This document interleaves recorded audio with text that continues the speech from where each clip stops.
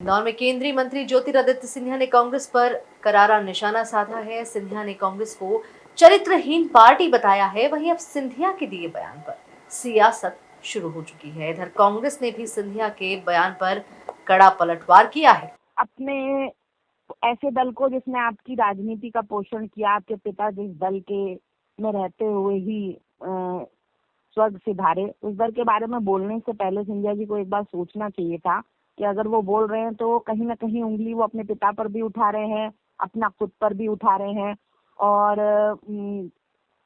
अगर क्योंकि आज एमपीसीए के कल चुनाव के रिजल्ट्स आए, उनके पुत्र को वंशवाद की परंपरा का पोषक बनते हुए एमपीसीए की तीसरी पीढ़ी को सिंधिया परिवार के बेटे को अध्यक्ष बना दिया गया, जिससे कहीं ना कहीं सवाल उठ रहे थे कि क्या ये वंशवाद नहीं है। जिस तरह अमित शाह के बेटे जय शाह ने क्रिकेट में ऐसा कुछ भी नहीं किया था और उन्हें बीसीसीआई तक पहुंचा दिया गया, ऐसे एमपीसीए में महारमन सिंधिया को जब अध्यक्ष बनाया गया तो सवाल उठे कि उन्होंने क्रिकेट के क्षेत्र में ऐसा क्या योगदान दिया है। तो इस तरह की उटपटांग बयानबाजी करके सिंधिया जी उस बात को दबाना चाहते हैं। और अगर बात ऐसी आए कि चरित्रहीन दल की बात हो रही है तो अपने चरित्र की ओर देखें कि क्यों उन्होंने अपने बेटे को एमपीसीए का अध्यक्ष बनाया। क्या एमपीसीए उनकी जो ग्वालियर जागीर है उसी का हिस्सा है, जिसका वंशवाद युवराज को उन्होंने महाराज होने के बाद उसका पद दे दिया। तो कहीं ना कहीं सोचने की जरूरत है। और जिस तरह की बातें ये लोग कर रहे हैं चरित्र के बारे में, इनके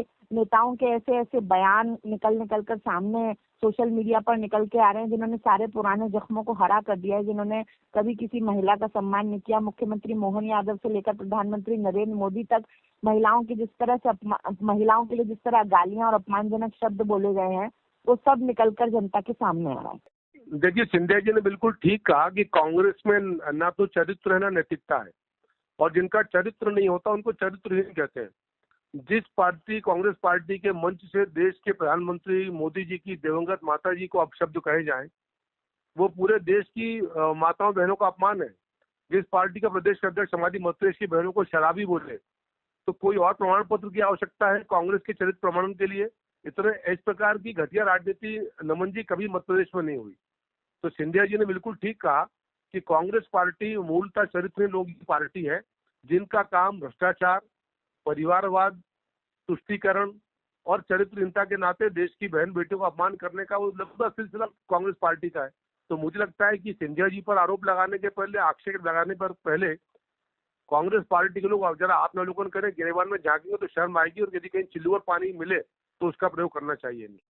अभी मुझे लगता है कि कांग्रेस को बहुत परिपक्वता की आवश्यकता है। ज्योतिरादित्य सिंधिया जी लगभग 10 वर्षों पूर्व एमपीसीए के अध्यक्ष थे। उनके पिताजी इसके और 20 वर्ष पहले एमपीसीए के अध्यक्ष थे। और 10 वर्षों के अंतराल के बाद यदि महाहरमन सिंधिया अपनी खेलों की योग्यता के आधार पर एमपीसीए के निर्वाचक मंडल की सर्वसम्मति से अध्यक्ष पद पर चुने जाते हैं, निर्वाचित होते, तो कांग्रेस को क्या आपत्ति है? आप विरोध करते ना, लड़ते चुनाव, लड़वाते चुनाव।